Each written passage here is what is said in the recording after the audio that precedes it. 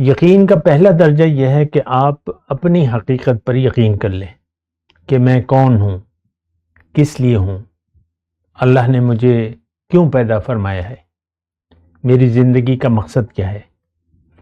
یہ سب سے پہلے آپ کو جاننا ہوگا اور اس پر یقین کرنا ہوگا۔ افسوس سے یہ بات کہنی پڑتی ہے کہ ہم بہت سی باتیں جو کرتے ہیں اس کا مطلب بھی ہم نہیں جانتے۔ اللہم صلی علی سیدنا محمد وعلی آل سیدنا محمد بعدد کل ذرۃ مئۃ الف الف مرۃ۔ سامعین و ناظرین کرام، السلام علیکم ورحمۃ اللہ وبرکاتہ۔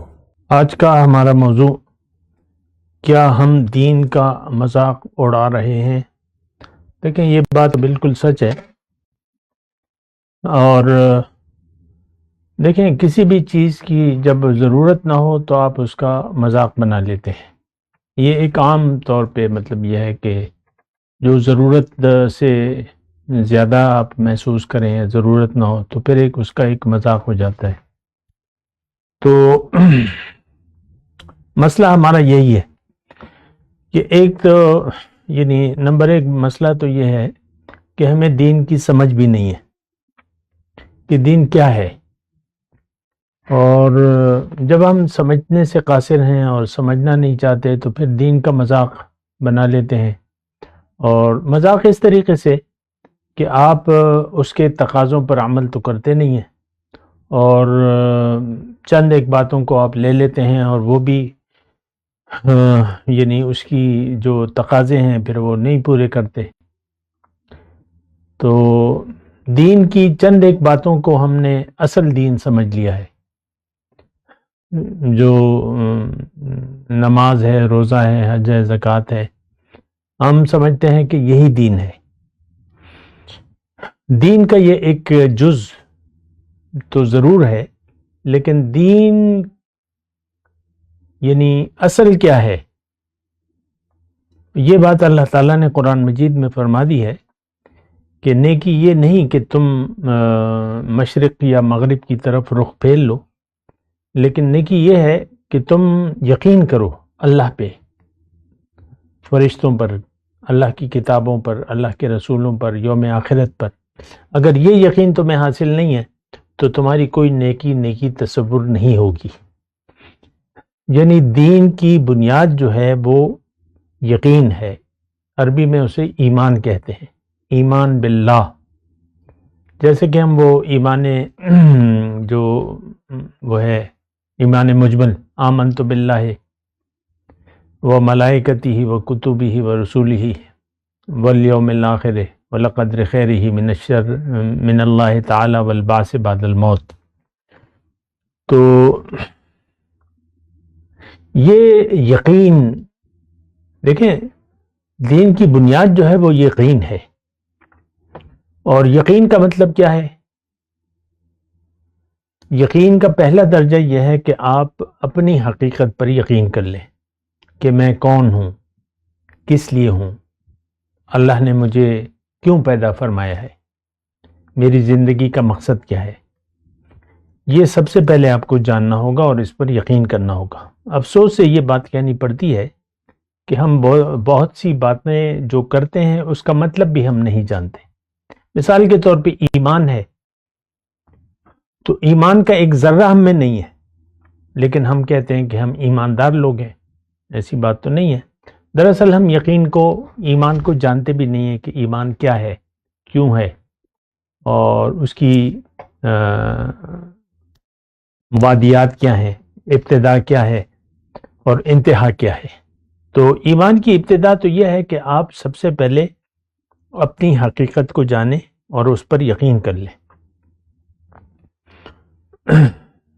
من عرف نفسہ فقد عرف ربہ، اس کا معنی یہ ہے کہ جس نے اپنے آپ کو نہیں پہچانا وہ اپنے رب کو نہیں پہچان سکتا، اور جس نے اپنے آپ کو پہچان لیا وہ اپنے رب کو پہچان لے گا۔ اور بات یہ ہے کہ ہم ہر چیز سے بے خبر ہو کر دنیا میں رہ رہے ہیں اور دنیا کی زندگی گزار رہے ہیں۔ آج کا بچہ ہو، جوان ہو اور یا بوڑھا ہو، ان سب کو دنیا کا دھوکہ لگ گیا ہے، اور ان کی نظر میں دنیا اور مسائل دنیا اہم ہیں، اور ہم سب دنیا کے لیے پریشان ہیں. ہماری پریشانیاں ہیں لیکن دنیا کے لیے ہیں، آخرت ہماری پریشانی نہیں ہے. یہ ایک بات بھی نوٹ کر لیں، آخرت میں قبر میں میرے ساتھ کیا سلوک ہوگا، روز حشر میرے ساتھ کیا معاملہ کیا جائے گا، میں اپنے اللہ کو کیا جواب دوں گا یا دوں گی، تو یہ ہمارا مسئلہ نہیں ہے. اور وہ مسئلہ تو بڑا زیادہ سخت ہے، کیونکہ وہاں پر مہلت نہیں ہوگی. قبر میں جب پٹائی شروع ہوگی یقین نہ رکھنے والوں کی، تو ان کے پاس بھی بھاگنے کی کوئی جگہ نہیں ہوگی. اور ہمیں تو یقین نہیں ہے، کسی چیز پر یقین نہیں ہے. جو چیز بھی باطن سے تعلق رکھتی ہے ہمیں نہ اس پر یقین ہے، نہ ہم یقین کرنا چاہتے ہیں، نہ اس کی ضرورت محسوس کرتے ہیں. ہماری ساری توجہ ظاہر کی طرف ہے، ظاہر ہمارے لیے اہم ہے، ظاہر ہی کی طرف ہم نے رخ کیا ہوا ہے. آج کا مسلمان ظاہر کے لیے زندہ ہے، اس کی پریشانی خوشی، اس کا غم ظاہر تک محدود ہے، ظاہر کے لیے پریشان ہے. ظاہر میں کچھ ہو جائے تو یہ خوشی سے سرشار ہو جاتا ہے. امتحان میں بچہ پاس ہو جائے تو لڈو بٹنے لگتے ہیں، بچے کی شادی تو مٹھائی پھر بٹنے لگتی ہے، پھر شادی کے بعد بچہ اگر ہو جائے، لڑکا پیدا ہو جائے تو پھر مٹھائیاں بٹنے لگتی ہیں.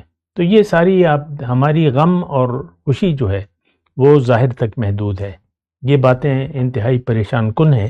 آج کا جو ہمارا موضوع ہے وہ دین کے بارے میں ہے.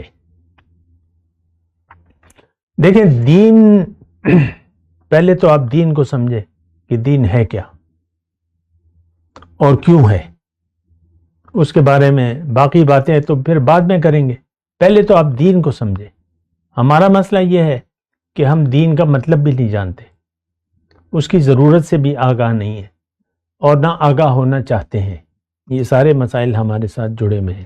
دیکھیں دین جو ہے وہ اللہ کی مرضی کے مطابق زندگی گزارنے کا نام دین اسلام ہے. یہ ایک مختصر جملہ ہے، مختصر بات ہے. یعنی اللہ تعالیٰ نے انسان کی کامیابی کو اس بات میں رکھ دیا ہے کہ انسان اگر اللہ کی مرضی سے زندگی گزارے گا، یعنی اللہ کی ہدایت کے مطابق، تو یہ اپنی معراج کو پالے گا اور آخرت میں کامیاب ہوگا. دنیا میں بھی اللہ تعالیٰ اسے ایک اچھی زندگی دے گا. یہ اللہ تعالیٰ کا وعدہ ہے، للذین احسنوا فی ہذہ الدنیا حسنہ. جو نیکوکار ہیں ان کے لیے اس دنیا میں بھی بھلائی ہے. وَلَأَجْرُ الْآخِرَةِ خیر، اور آخرت کا اجر تو بے پناہ ہے، بہت ہے، بہت زیادہ اچھا ہے. وہاں تو آپ یعنی کتنا اچھا ہے اس کا اس وقت آپ تصور نہیں کر سکتے. ہاں خوش ہو سکتے ہیں، آپ خوشیاں منائیں. فَاسْتَبْشِرُوا بِبَيْعِكُمُ الَّذِي بَایَعْتُمْ بِهِ. اگر آپ نے بیعت کر لی ہے، آپ خوشیاں منائیں، تقاضے پورے کریں اور خوشی مناتے ہوئے زندگی گزار دیں، کیونکہ اللہ کا وعدہ تو سچا ہے. ان وعد اللہ حق، اللہ کا وعدہ تو سچا ہے. خیر بہرحال دین کی ہم بات کر رہے ہیں. دین میں نے آپ کو بتایا، اور خلاصہ کلام یہ ہے، اللہ کی مرضی کے مطابق زندگی گزارنے کا نام جو ہے وہ دین اسلام ہے. اب اللہ کی مرضی، اللہ تعالیٰ نے اپنی مرضی قرآن اور اس پہ عمل کا طریقہ ہمیں حضور صلی اللہ علیہ وسلم نے عمل کر کے بتایا ہے. حضور ہمارے لیے عملی نمونہ ہے، گواہ ہیں. اور اب یہ نہیں دیکھیں، یہ بڑی بنیادی بات ہے. اگر آپ نے دین کے مطابق زندگی گزارنے سے انکار کر دیا قولاً یا عملاً، تو آپ سب سے پہلے نقصان کا سامنا کرنے پڑیں گے. بہت بڑی پریشانی کا آپ کو سامنا کرنا پڑے گا دنیا کی زندگی میں. آپ خوش نہیں رہ سکیں گے. اللہ سے تعلق، اللہ سے کٹ کر اور دنیا سے جڑ کر آپ کبھی خوشی کا سانس نہیں لے سکیں گے. آپ کی خواہشات کبھی پوری نہیں ہو سکیں گی. ایک خواہش پوری ہوگی تو دوسری خواہش سر اٹھا لے گی، اور اسی طرح آپ کی زندگی گزر جائے گی. وآخر دعوانا ان الحمدللہ رب العالمین. مولاي صل وسلم دائما ابدا على حبيبك خير الخلق كلهم.